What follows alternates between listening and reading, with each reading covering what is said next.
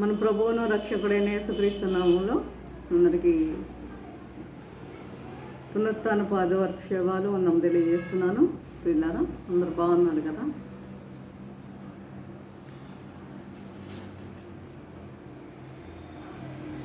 ఈరోజు మనము ధ్యానించబోయే అంశం ఏంటంటే విశ్వాస సహితమైన ప్రార్థనకు ఫలితం. విశ్వాస సహితమైన ప్రార్థనకు ఫలితం.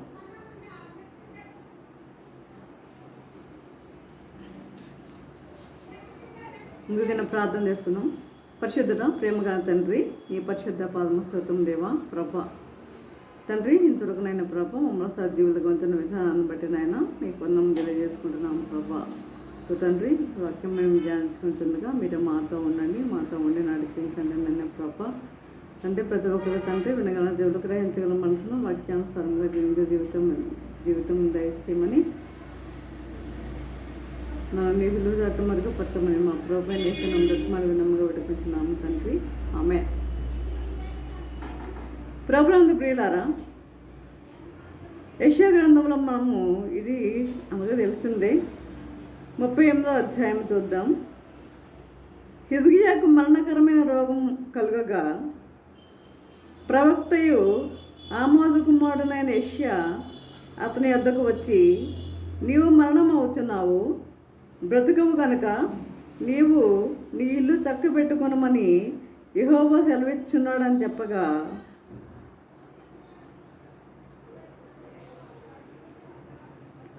హిజ్కియాకు ఆ దినములలో హిజ్కియాకు మరణకరమైన రోగం వచ్చినట్లుగా మనం చూస్తున్నాం.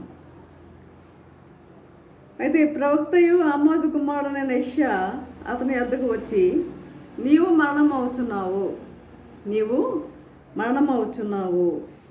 బ్రతుకవు కనుక నీ ఇల్లు చక్క పెట్టుకొనమని యెహోవా సెలవిచ్చున్నాడని చెప్పగా, నీ ఇల్లు చక్క పెట్టుకొనమని యెహోవా సెలవిచ్చున్నాడని చెప్పగా. చూడండి ప్రియులారా, నీ ఇల్లు చక్క పెట్టుకోమని యెహోవా చెప్తున్నాడని ఇక్కడ మనం చూస్తున్నాము. అయితే చూడండి, నీ ఇల్లు చక్క పెట్టుకోమని అంటే ఏంటి అర్థం అంటే నీవు ఇక మరణం అవుతున్నావు కాబట్టి ఇక ఈ కొద్ది సమయంలోనైనా నీవు దేవుని యందు భయభక్తులు కలిగి నీవు జీవించమని అర్థం. దేవుని యందు నువ్వు భయభక్తులు కలిగి ఇక నుండైనా ఈ కొద్ది సమయాల్లో మరి నువ్వు బ్రతకవు కనుక నీళ్ళు చక్క పెట్టుకోమని యెహోవా సెలవిచ్చినాడు అని చెప్పగా, అతడు తన ముఖమును గోడ తట్టు తిప్పుకొని, యెహోవా యథార్థ హృదయుడనై సత్యముతో యథార్థ హృదయుడనై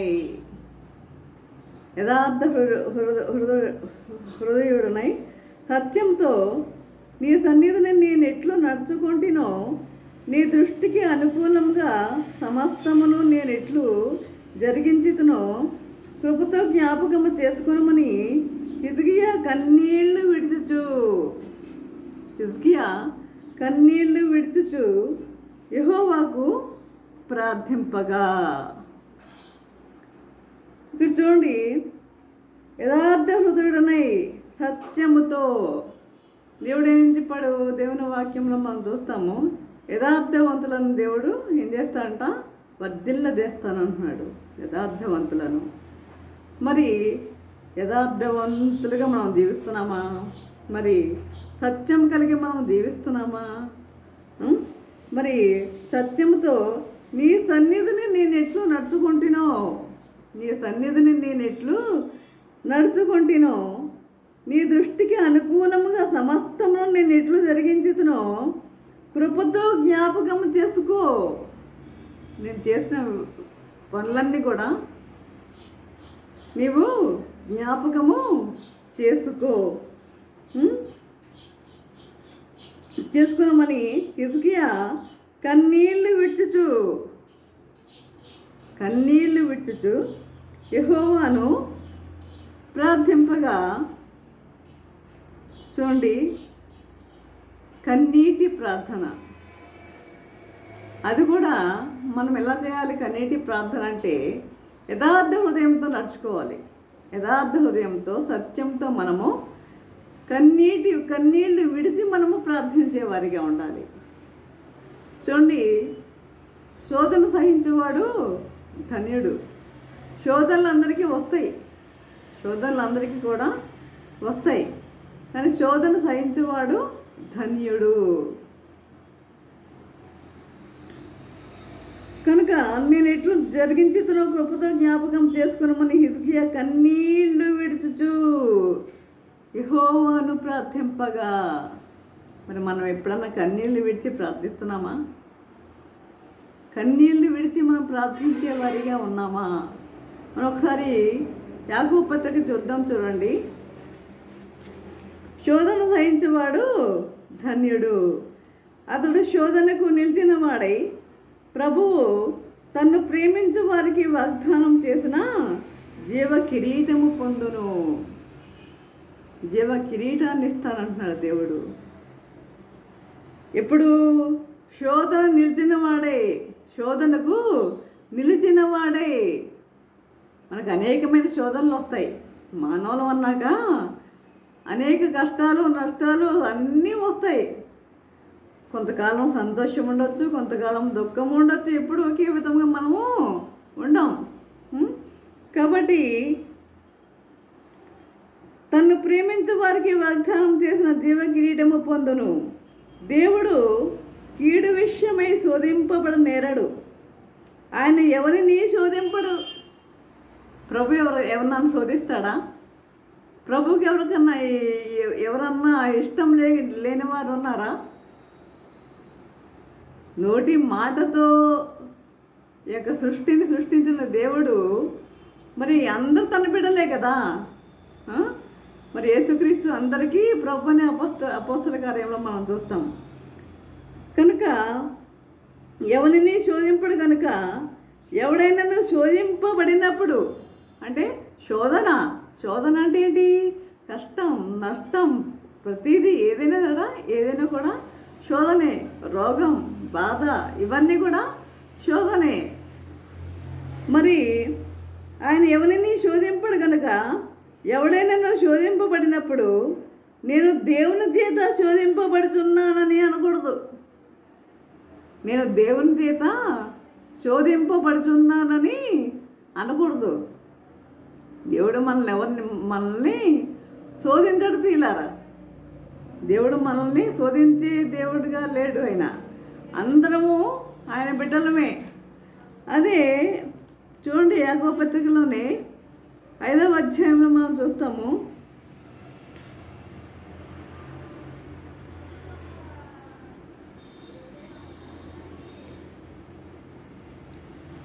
మీలో ఎవరికైనా శ్రమ సంభవించినా అతడు ప్రార్థన చేయవలను. ఎవరికైనా సంతోషం కలిగినా అతడు కీర్తనలు పాడవలను.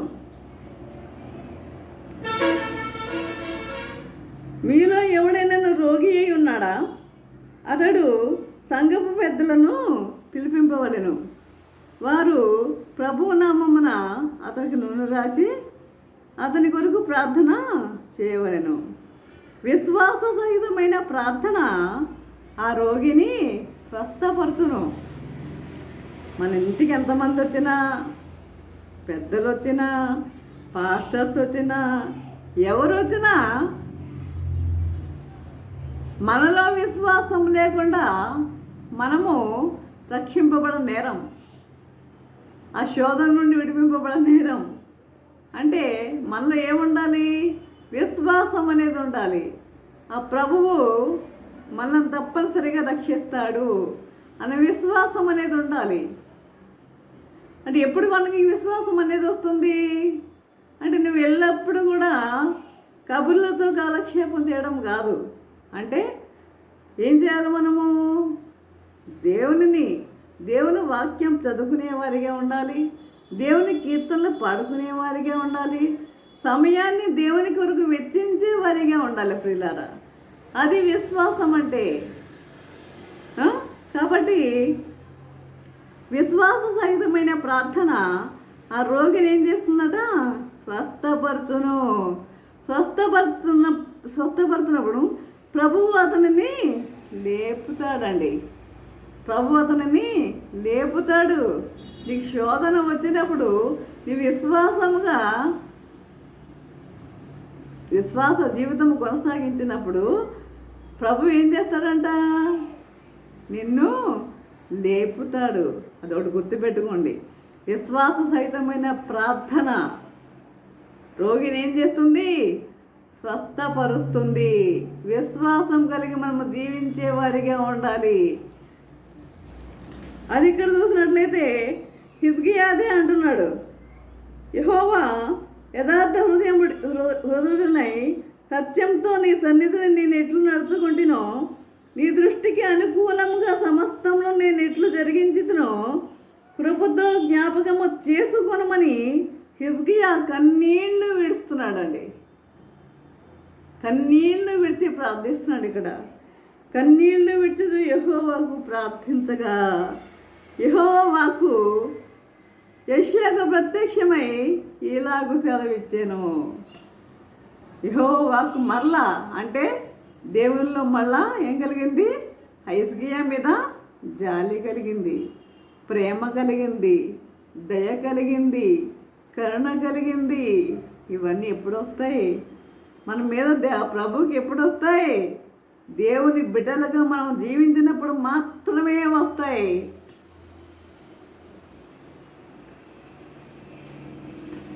యెషయాకు ప్రత్యక్షమై ఇలాగ సెలవిచ్చాను, నీవు తిరిగి హిజ్కియా వద్దకు పోయి అతనితో ఇట్లనుము, ఏమని? నీ పితరుడైన దావీదునకు దేవుడైన యెహోవా నీకు సెలవిచ్చినదేమనగా, నీవు కన్నీళ్లు విడుచుట నేను చూచితిని. నీవు కన్నీళ్లు విడుచుట నేను చూచితిని. ఎప్పుడు? యథార్థంగా మనం జీవించినప్పుడు మాత్రమే, సత్యంతో జీవించినప్పుడు మాత్రమే. సత్యం మనకి ఎవరు? ప్రభువే. సత్యము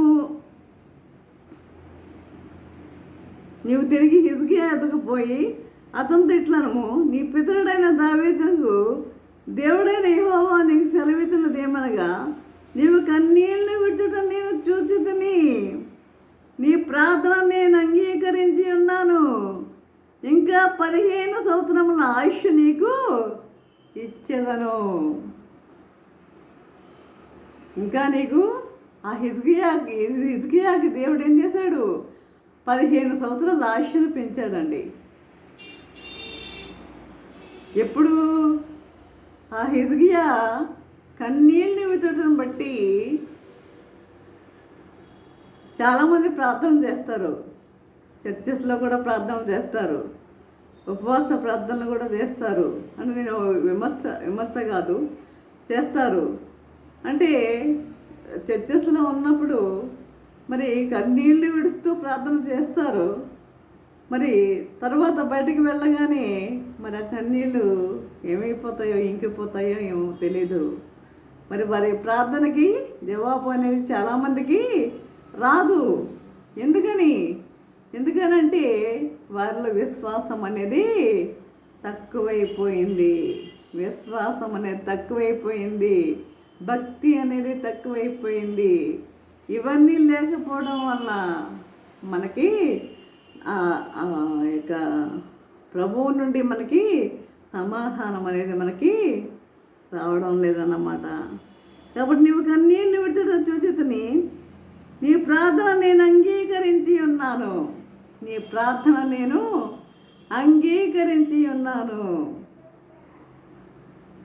ఆయన మన ప్రార్థన అంగీకరించాలంటే మనం ఎలా ఉండాలి? దేవుని బిడ్డలుగా జీవించాలి. దేవుని బిడ్డలుగా మనం జీవించే వారిగా ఉండాలి. విశ్వాసంతో మనం జీవించే వారిగా ఉండాలి.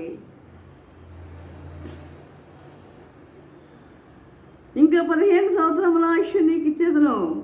మరి ఈ పట్టణమును నేను కాపాడుచు నిన్ను ఈ పట్టణమును అశ్షూరు రాజు చేతిలో పడకుండా విడిపిస్తా. నిన్ను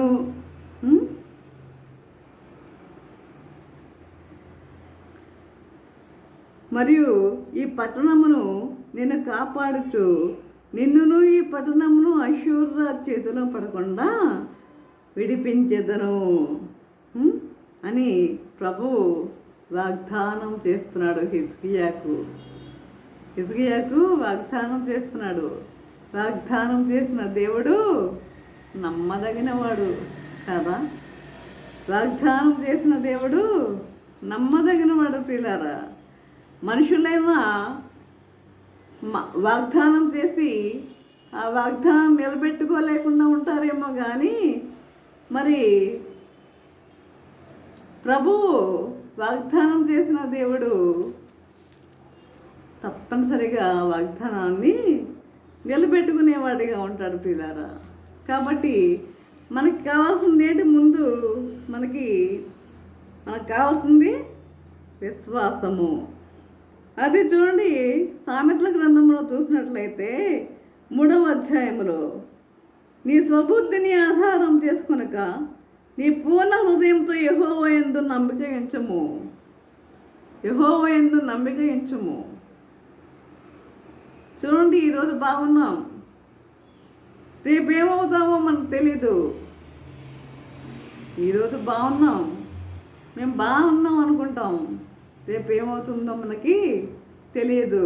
అందుకే రేపటి దినంలోకి వచ్చి అతిశయపడకము అంటాడు. కనుక నీ పూర్ణ హృదయంతో యెహోవా యందు నమ్మిక ఉంచుము. నీ ప్రవర్తన అంతటి యందు ఆయన అధికారములకు ఒప్పుకొనుము. నీ ప్రవర్తన ఎలా ఉంది? దేవునికి అంగీకారంగా ఉందా? నీ ప్రవర్తన ఆ విధంగానే ఉందా? కనుక నీ ప్రవర్తన అంతటి యందు ఆయన అధికారములకు ఒప్పుకొనుము. అప్పుడు ఆయన నీ త్రోవలను సరళము చేయును. అప్పుడు నీ త్రోవలను ఏం చేస్తాడు? ఆయన సరళము చేస్తాడు పిల్లరా. కాబట్టి మనం ఈ విధముగా ఎలా ఉండాలి? విశ్వాస సహితమైన ప్రార్థన ఏం చేస్తుందట? రోగిని ఏం చేస్తుందట? స్వస్థపరుస్తుందట పిల్లరా. విశ్వాస సహితమైన ప్రార్థన రోగిని ఏం చేస్తుంది? స్వస్థపరుస్తుంది. అది ఆ విశ్వాసం నీలో ఉందా? నాలో ఉందా? మనము ఏదైనా చూడండి, ఆరోగ్యం ఉన్నంతసేపు బాగానే ఉంటాం. మరి కాస్త అనారోగ్యం వచ్చిందంటే మనం ఏమైనా పని చేయగలమా? చేయలేం. కనుక మనం ఏం చేయాలి? మన ప్రవర్తన అంతటి యందు కూడా మన ప్రవర్తన అంతటి యందు ఆయన అధికారంలోకి ఒప్పుకోవాలి. ప్రభువా, నీది చిత్తం, నీ చిత్తం అంతే. ప్రతిదీ కూడా ఆ విధంగా మనము మాట్లాడేవారిగా ఉండాలి, ఆ విధంగా జీవించేవారిగా ఉండాలి. అలా ఉండాలని ప్రభువు కోరుకుంటున్నాడు. తన బిడ్డలందరూ తన దగ్గరికి రావాలని ఆయన కోరుకుంటున్నాడు. తన బిడ్డలందరూ కూడా తన దగ్గరికి రావాలని కోరుకుంటున్నాడు. తన గాయపడిన హస్తంతో ఆయన పిలుస్తున్నాడు. తన గాయపడిన హస్తంతో ఆయన మనల్ని పిలుస్తున్నాడు. కానీ మనం ఏం చేస్తున్నాం? ఆయన మాటలు మనము చూడండి, ఆనాడు శిష్యుల్లో తోమ ఏం చేశాడు? విశ్వసించాడా? ఆయన చేతిలో చేయి పెట్టి చూస్తే తప్ప నేను నమ్మను అన్నాడు. చూడండి, నేను నమ్మను అన్నాడు. అవిశ్వాసం అది. వేలు పెట్టి చూసిన తర్వాత తోమ నమ్మాడు. అలాంటి జీవితం మనకి వద్దు. తర్వాత మరి శిష్యులందరూ ఎటు చెదిరిపోయారో మరి అందరూ కూడా దేవుని యొక్క సువార్తను ప్రకటించే వారిగా ఉన్నారు. అందరూ కూడా హతసాక్షులైపోయారు. ఇప్పుడు తోమ కూడా చెన్నై వచ్చినట్టున్నాడు. చెన్నై కానీ కేరళ వచ్చాడు. అక్కడ మరి ఆయన ఆయన ప్రార్థిస్తుంటే కేరళ క్రిస్టియన్స్ వాళ్ళంతా కూడా మరి ఈయన ప్రార్థన చేస్తుంటే, తోమ ప్రార్థన చేస్తుంటే వాళ్ళ రోగాలు తగ్గిపోయినాయి. వాళ్ళంతా విశ్వాసంతో ఈయన అంగీకరిస్తున్నారు. తోమని అంగీకరిస్తున్నారు. అంటే తోమ అంటే ప్రభువుని అంగీకరిస్తున్నారు. కాబట్టి అంటే క్రిస్టియన్స్, బ్రాహ్మిన్స్ కూడా ఎక్కువ మంది ఉన్నారు అక్కడ. మరి అంగీకరిస్తున్నప్పుడు ఆ బ్రాహ్మిన్స్లో చాలామంది కూడా ఏం చేస్తారంటే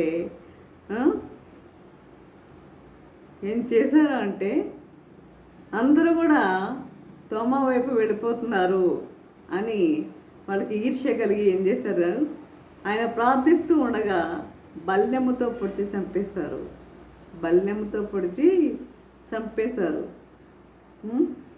అందరూ శిష్యులందరూ కూడా హతసాక్షులు అయిపోయారు. ఒక యోహాను మాత్రమే చాలా కాలము ఆయన జీవించాడు. మరి నేచురల్ డెత్, సహజ మరణమైన పొందినట్లుగా కూడా మనం చూస్తున్నాం. కాబట్టి ప్రియులారా, ఇదంతా మనం ఎందుకు చెప్పుకుంటున్నామంటే విశ్వాస సహితమైన ప్రార్థన రోగిని ఏం చేస్తుంది, స్వస్థపరుస్తుంది. కాబట్టి విశ్వాసంగా ఉండటానికి ప్రయత్నం చేయండి. విశ్వాసం కలిగి జీవించండి. ఆ విధంగా ఉండాలని ప్రభు కోరుకుంటున్నాడు. ఈ విధంగా జీవించటకు పరిశుద్ధాత్మ దేవుడు సహాయం చేసి నడిపించునుగాక. ఆమేన్. ప్రార్థన చేసుకుందాం.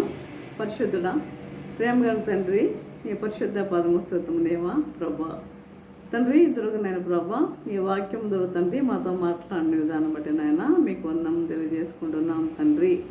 ఇగో నాయన, మరి ఇంతవరకు తండ్రి హిజ్కియా గురించి మేము ధ్యానించుకుని ఉన్నాము నాయన ప్రభా.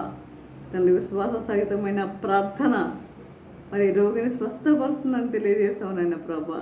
మరి హిజ్కియా మరణకరమైన రోగం వచ్చినప్పుడు నాయన ప్రభా తండ్రి, ఆయనకి 15 సంవత్సరాల ఆయుష్ను మీరు పెంచారు నాయన తండ్రి ప్రభా. అదేవిధంగా ప్రతి ఒక్కరు కూడా ఈ యందు భయభక్తులు కలిగి జీవించే వారిగా ఉంటకు ఈ కృప అనుగ్రహించమని నదిరేడైన యేసయ్య బ్రతిమాలు విన్నాముగా వేడుకొంచున్నాము తండ్రి. ఆమేన్.